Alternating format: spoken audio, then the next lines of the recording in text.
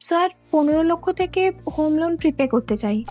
15 লাখের প্রিপেমেন্টের পরে আপনার ইএমআই 45,000 থেকে 38,000 হয়ে যাবে। ভালোই হবে, আপনার চাপটাও কিছুটা কমে যাবে। আর ইন্টারেস্ট কত বাঁচবে? পুরো 22 লক্ষ টাকা।